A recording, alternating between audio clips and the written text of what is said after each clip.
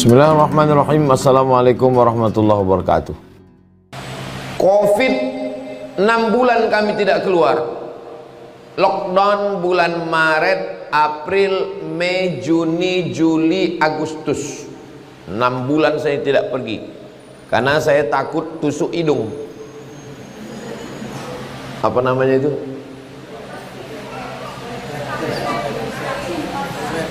Vaksin yang suntik, swab. Nah, saya takut ditusuk hidung, nanti saya kena covid, disuntik mati. Jadi saya nggak pergi. 6 bulan saya nggak keluar, di rumah aja. Setelah 6 bulan keluar, jadwal pertama ke Medan. Sampai di Medan, di kamar itu ada timbangan, saya berdiri naik 6 kilo. Ternyata kalau di rumah lama bisa gemuk saya. Habis itu keluar kurus lagi. Jadi selama kami 6 bulan tidak keluar itu, saya sama kawan-kawan, saya bilang ini covid ini nggak tahu berakhirnya kapan. Kawan kita sudah banyak yang mati. Saya bilang ayolah kita ngumpul. Akhirnya saya dan kawan-kawan ngumpul, numpang di rumah ibu dokter. Kebetulan ada ibu dokter, dia punya rumah agak lapang. Kami numpang ngumpul di rumah ibu ya. Ya, kami ngumpul. Saking nggak adanya tempat ngumpul. Lalu kemudian ketika itu saya bilang sama kawan-kawan, judul pertemuan kita ini adalah mau dibawa kemana hubungan kita. Kalau hanya sekedar berteman, berkawan, ketemu walimah, akikah, akad nikah, kita sudah. Tapi kita mau buat amal bersama. Tabligh akbar nggak bisa, ceramah nggak bisa, karena kalau rame ditangkap polisi. Saya bilang, tolong cari nama orang-orang kaya yang punya tanah. Nanti kita datangi rumahnya satu-satu, kita minta tanah. Karena kalau ditunggu orang berwakaf, dia nggak mau. Saya kalau untuk diri saya pribadi, saya malu untuk minta. Tapi kalau untuk kita bersama, ayo. Akhirnya kami ke notaris untuk membuat yayasan. Kata notaris, kalau untuk Ustadz Somad dan kawan-kawan nggak usah bayar, gratis. Memang notaris ini baik-baik memang. Namanya Pak Dariun namanya. Buatlah yayasan tabung wakaf umat. Akhirnya setelah kami buat, tidak pernah bawa nama Abdul Somad. Assalamualaikum Pak Haji. Waalaikumsalam. Kami dari Yayasan Tabung Wakaf Umat, kalau ada bapak punya tanah, ini belum punya tanah nih ceritanya. Maka Al-Khansa ini sudah 3 level di atas kami. Sudah punya tanah, sudah punya bangunan. Kami dulu nggak ada tanah. Alhamdulillah kami banyak dapat tanah wakaf karena jemput bola. Datang ke sana, datang ke sana, datang ke sana. Akad. Saya serahkan tanah ini untuk Yayasan Tabung Wakaf Umat lillahi ta'ala. Kami terima. Allahu Akbar. Menangis foto. Habis itu kami cek di BPN, Badan Pertanahan Nasional. Kata Bapak Kanwil BPN, mohon maaf Pak Ustadz, ini tanah bermasalah. Habis itu kami pula yang nangis. Assalamualaikum Pak Haji. Waalaikumsalam. Tanah yang kita akad kemarin itu bermasalah Pak Haji. Mohon maaf Pak Ustadz, karena bermasalah itulah maka kuwakafkan.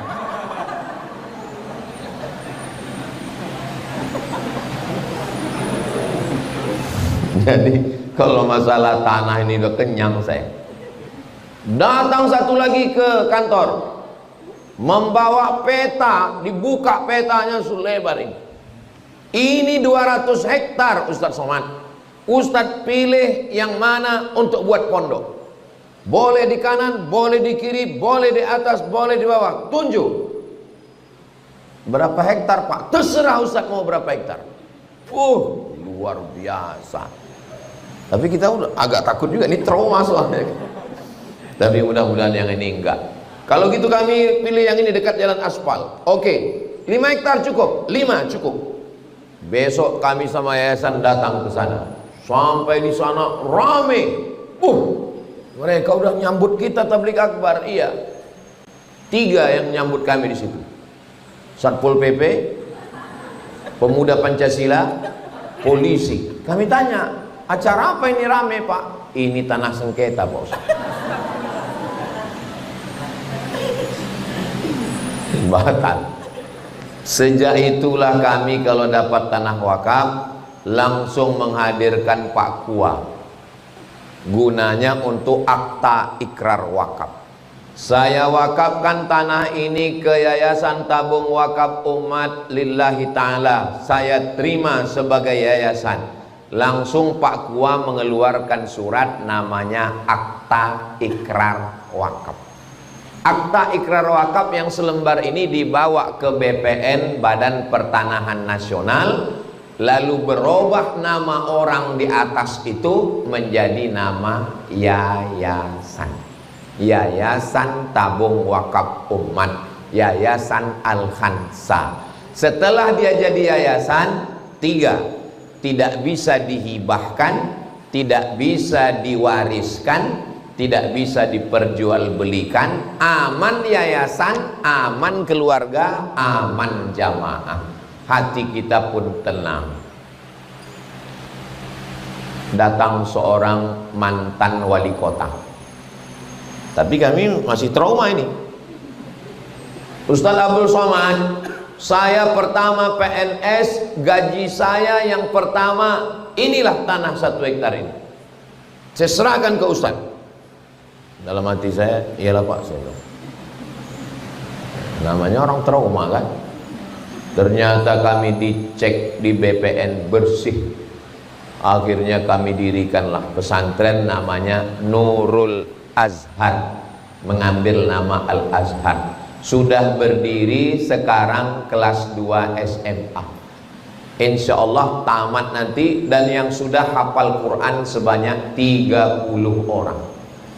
Setiap Ramadan mereka lah yang membaca Quran, tarawih, khatam 30 juz selama 1 Ramadan. Berkat sering kena tipu tadi.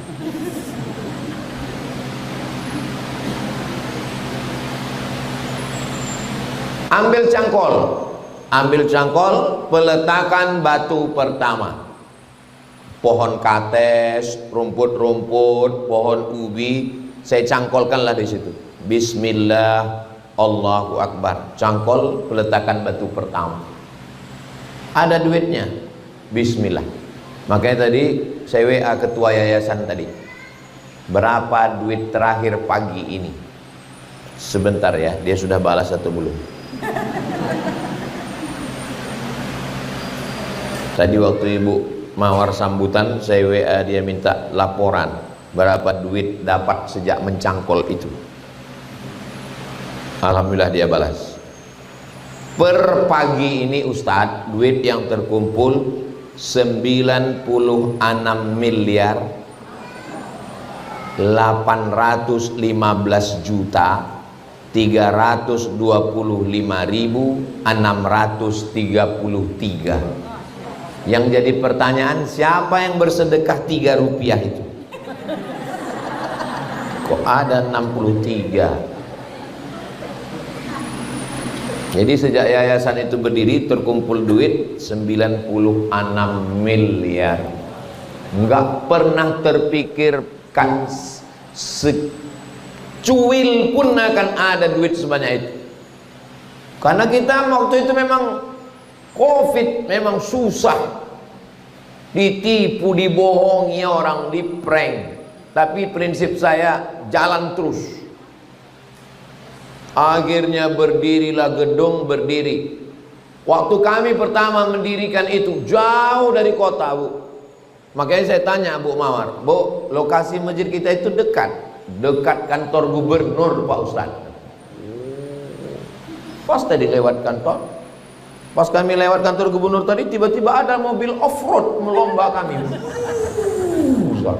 Dia ini pelakunya. Pak Ilham. Masya Allah, tabarakallah.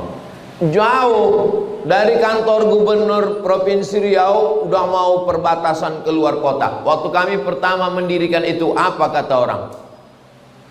Siapalah yang mau datang ke situ nanti? Jauh itu Pak Ustadz, jual aja tanahnya Pak Ustadz. Ustadz Buya Yahya sampai ke situ. Ustadz Hanan Attaqi sampai ke situ. Bahkan non muslim Bapak Kapolri Pak Listio sampai ke situ. Dia mau nengok pondok, bawa ke situ.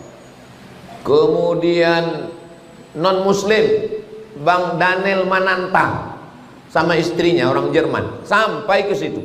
Dia mau nengok. Dan setiap orang yang sampai ke pondok itu semua melihat macam melihat kucing Anggora. Terkejut mereka. Dulu kebun-kebun kates sama kebun ubi.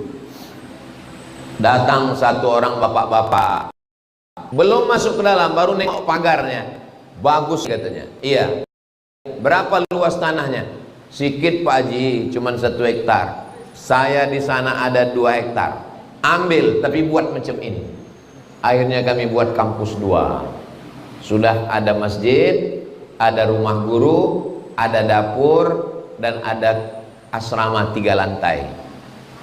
Lalu kemudian di depan ada 4. Kalau kalian bangun ini 2, berhasil ini, itu di depan ada 4, tapi syaratnya buat universitas di situ.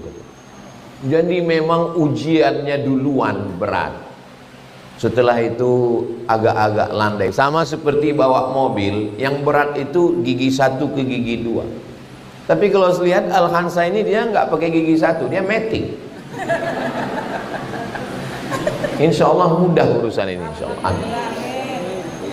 Saya cerita ini supaya jangan ibu-ibu Al-Hansa berpikir bahwa Ustaz Abdul Somad itu seperti turun berkarpet merah, tola al badru alaina, turun bunga-bunga. Itu film India.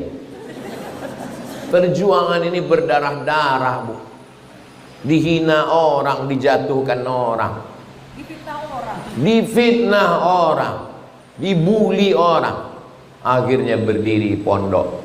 Dan sekarang kami sedang memikirkan bagaimana pondok sudah, sekarang mendirikan, kalau anak ini tamat tahun 2027 alumni pertama, bagaimana mengirim anak ini ke Mesir, ke Yaman, ke IIU International Islamic University, tempat anak Pak Ilham sekarang, karena di situ standar internasional. Saya bilang anak ini mesti 3, Mesir, Yaman, IIU, karena standar internasional. Setelah anak ini tamat nanti, anak ini mesti pulang mengabdi, dan kita mesti membuatkan pondok-pondok cabang.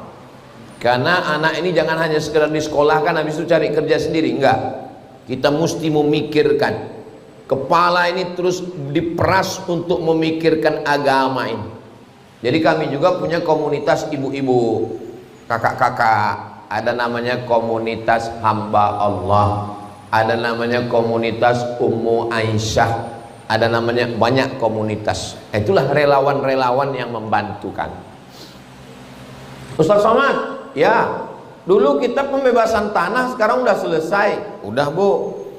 Kemarin katanya mau buat kelas, kelas udah selesai. Udah, Bu. Kemarin katanya asrama, asrama udah selesai. Udah, Bu. Kapan habisnya ini Pak Ustadz? Sampai mati, saya bilang. Terus kalau ini pondok ini udah siap gimana? Kita buka pondok Nurul Azhar 2. Kalau Nurul Azhar 2 udah selesai gimana? Nurul Azhar 3. Kenapa pikiran ini nggak pernah selesai? Karena kepala kita ini kalau tidak kita ajak untuk memikirkan tanah, memikirkan kelas, memikirkan asrama, memikirkan makan santri, kepala ini akan memikirkan tas branded, gelang, cincin, anting. Maka kepala ini mesti diajak untuk memikirkan pondok. Tapi bukan berarti ibu yang punya gelang, punya cincin nggak boleh. Boleh. Istri saya juga punya gelang, punya cincin. Yang gara-gara ini lalu masuk ke dalam baju. Itu tujuannya. Jadi ini langkah menurut saya Al-Khansa jauh lebih cepat. Itu yang saya ceritakan tadi, itu yang Pondok Nurul Azhar, yang yayasan saya dengan kawan-kawan. Kalau yang di rumah pondok tempat Ustadz Somad dengan Ustazah Fatimah yang kami lihat di internet itu lebih parah lagi. Tarik napas panjang untuk mendengarkan cerita ini.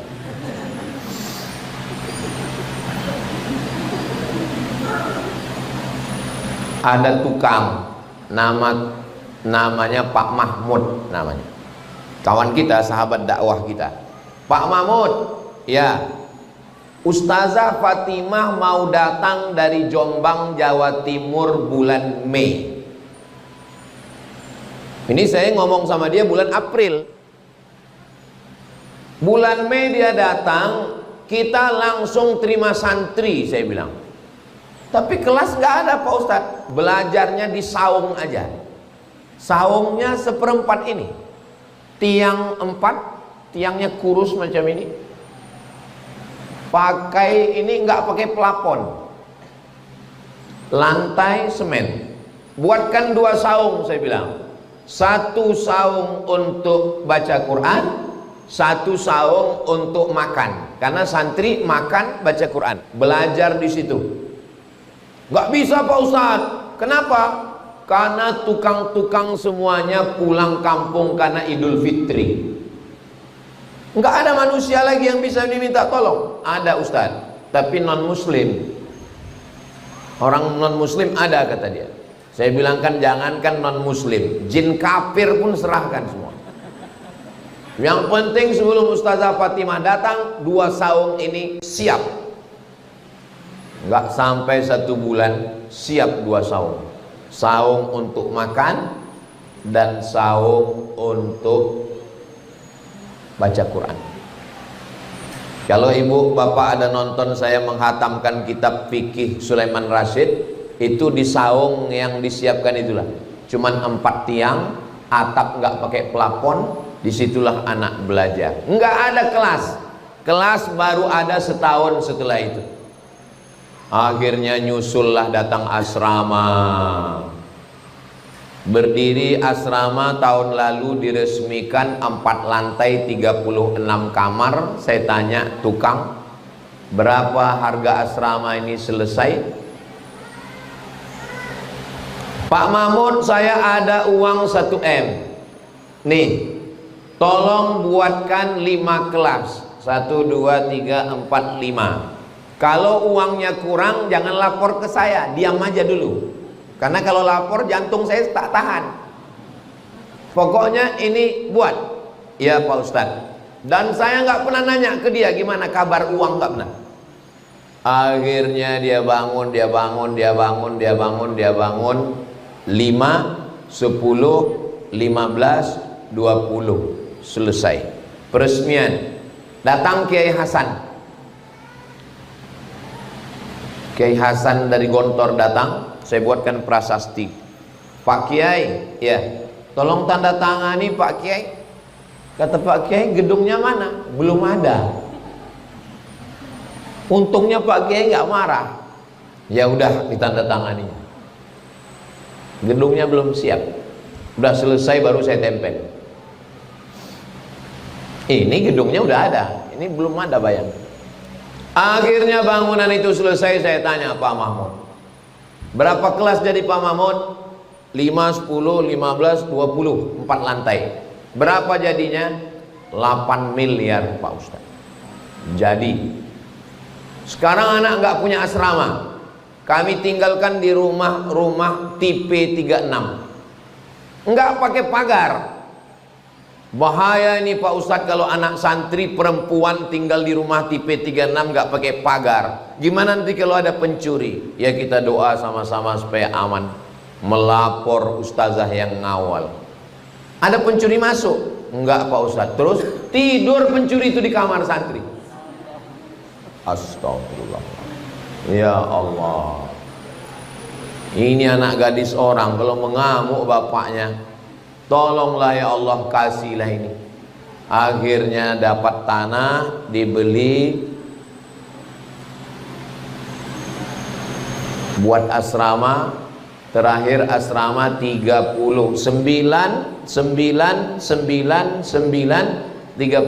kamar. 2 tahun yang lalu siap. Lalu saya tanya, berapa semua total bangunan ini? 17 miliar. Maka saya bilang sama santri-santri itu, kalian patut bersyukur pada Allah. Kalianlah tidur di kamar yang harganya 17 miliar. Semuanya kuasa Allah. Innama amruhu idza arada syai'an ayyaqula lahu kun fayakun. Bapak Ibu kan tahu saya tidak dekat dengan pejabat, saya tidak dekat dengan konglomerat, saya bukan orang politik. Ini semua dari mana? Dari jamaah yang percaya. Hubungan kita hubungan trust. Jadi kalau ditulis di atas ini hijrah, sudah hijrah dari yang belum ngaji ke ngaji, yang belum tobat, yang riba, yang sudah hijrah. Tapi jangan cuma hijrah, setelah hijrah kita berjamaah. Inilah yang dimaksud dengan berjamaah ini.